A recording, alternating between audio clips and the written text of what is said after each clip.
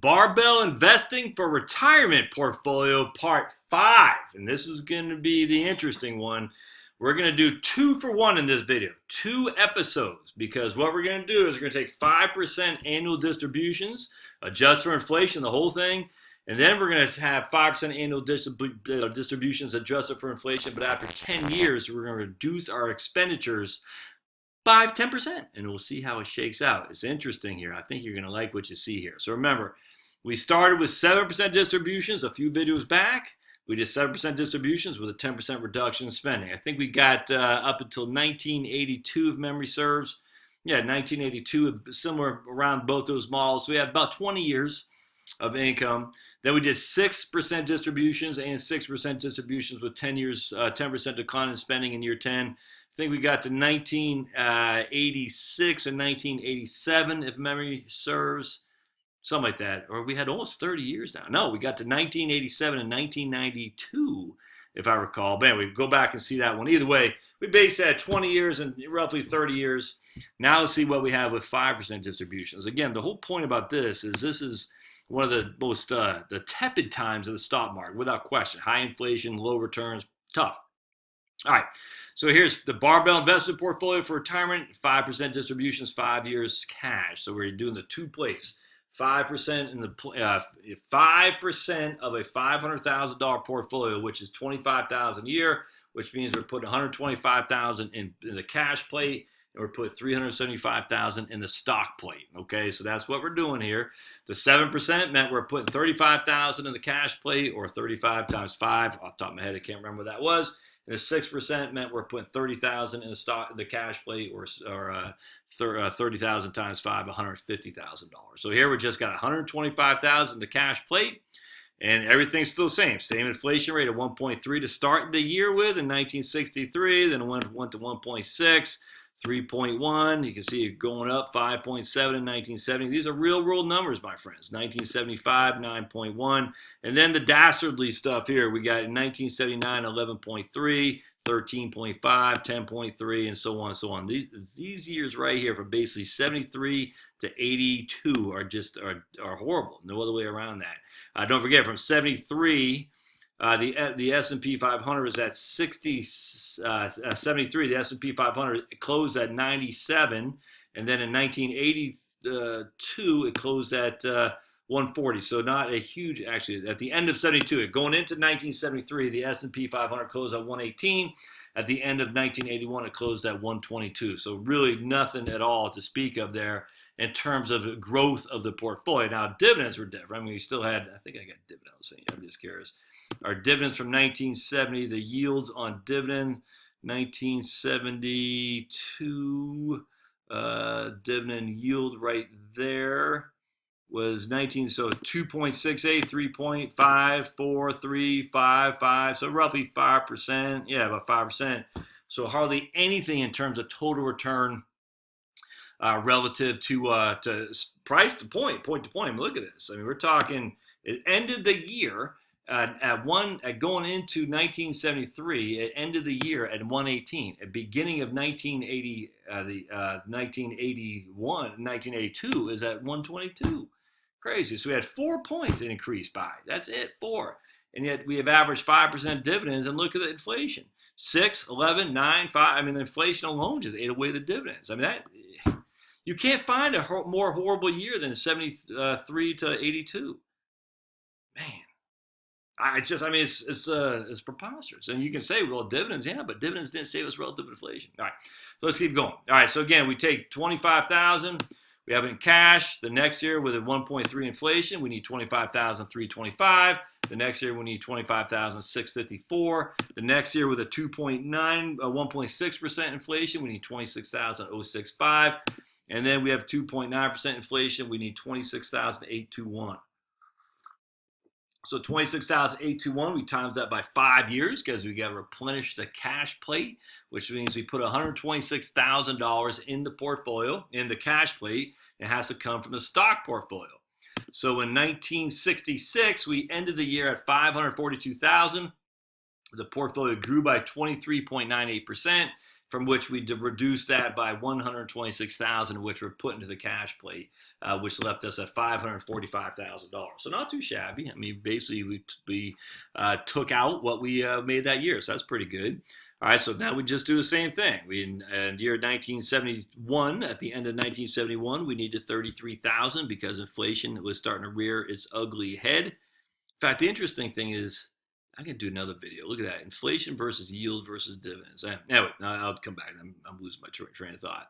So 33,545 times 5, we needed about $170,000.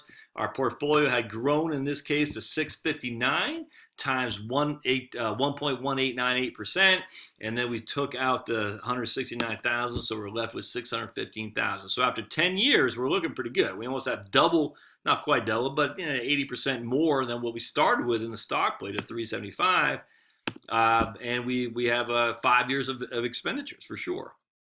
Now inflation is going to start eating us alive, though. And so what we'll see is what used to be 34,000 we needed in income in 1972 quickly grows to 45,000 in 1976. And then if you go down to 1981, it's 75,000. So we basically quadrupled more than double the money we needed from 1972 to 1982, essentially because inflation was so high. So that would be a 7.2% annual inflation rate average, because we know the rule of 72. How many years does it take you to double your money? That's the rate of interest that you need for that. So in this case, it doubled in 10 years. We had a 7.2% rate of interest. So that's bad. So now if we go to 1981, we needed 75,000 times 5. Basically, we need almost $400,000 in the portfolio. The last year in 1981, we still had $602,000. So we're in a pretty good place, because unlike other portfolios, we ran out of money. The 7% one and even the 6% one, we had no money left in 1982, which is bad. But here we do have some money left. We have $602,000. We got a 21% rate of return in 1982, the beginning of the biggest bull market ever. We took 384, so now we're sitting on 348 is what we still have left in there. And that would be enough to cover us until 1987, when we need 90,000 a year, because we had 7.67% inflation. 90,000 times 5. We don't have enough. Yeah, we do. Sweet. Yes, we do. We need. Actually, this is good, because what's going on here is we're actually getting pretty good interest rates. Look, 13.1%, 11.1%, 12%, 10%.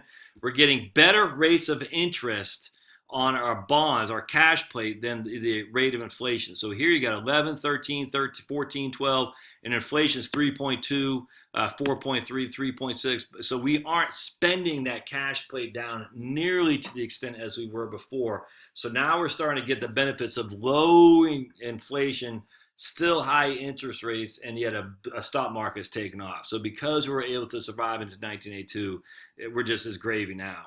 And look at that, 4.3% rate of inflation in 1984 with a 12.46% 10-year treasury.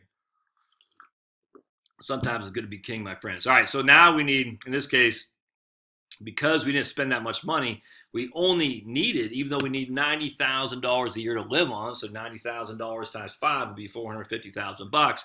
But we only needed $325 from the portfolio because we still had $219,000 in our cash plate. And so because that, our portfolio was sitting at 708, it was up 5.25%, and we only needed $325,000. It still left us with 420. I mean, that's a good place to be, man. All right, so now we go into 1991, and we need $108,000. So now the interest rates are low, and I think inflation, what's inflation? It's still pretty low. So now we're making more on the 10-year treasury than interest rates. I guess you could argue, well, you're really getting the 10-year treasury. Yeah, maybe not, but I still think it's a safe assessment to say, look, you had an intermediate term mutual fund, a bond fund, or bonds, or a treasury, or Ginnie Mae, or something like that. I think you're in a pretty good place for the cash play. I got no problem. Or even intermediate term CDs. They'll pay a decent rate of return back then. Either way, we still have $108,000 what we need, times that by 5. So we need $550,000 roughly. But we don't have, let's see, how much do we have still in our stock account? We had $628,000, which grew at 30% in 1991. And after taking $500,000 out, we're still at $272,000. And look at that. So what happens, and I'm just going to show you, we don't run out of money essentially until 2003. Why? Because 2003, while inflation was low, our interest rates are pretty low too, but the stock market got killed, and we just went down from 553,000 in 1996 to 43,000 with his last gasp, because we needed $694,000 to see us through for the next 5 years in 1997, and we only had $553,000, even though it did grow at 33%, but we're only left with $43,000. So in 2003, a full 40 years after we started, we ran out of money without even reducing our income. So it started initially as $30,000 a year, ended at $152,000 a year is the income that we needed. And yet we still had enough to provide it at that 5% clip for 40 years without reducing it at all. And the interesting thing is we look at reducing it by 10% in the year 10. I'll show you. So here in year 10, we reduce it from 32,000 to 30,000.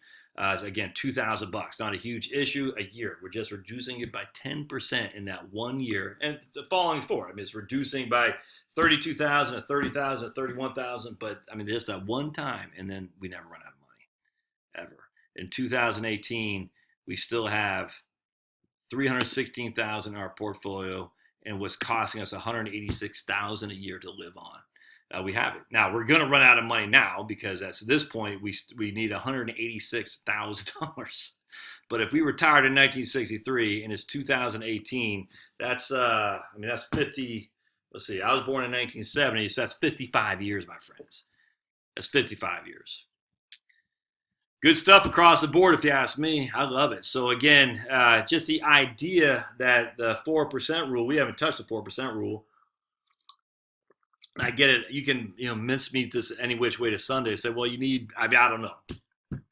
But we took 7%. Let me just do a wrap-up video. So at the end of the year, the 5% distributions lasted for either 40 years without a reduction in spending, or essentially until 2000. I mean, as of today, it's still there. Now it'll be gone. It'll be until 2020. All right, so that's just nuts. That's pretty good. All right, so let's do a wrap up here. I think it'll be interesting, and then we'll put this in the sideline. Then what I'm going to do next time is I want to do some other videos where I'm showing you what happens if we took the portfolio from the stocks are up. I got to think about this a little bit, but I'm going to try a couple different scenarios. All right, we'll see you next time.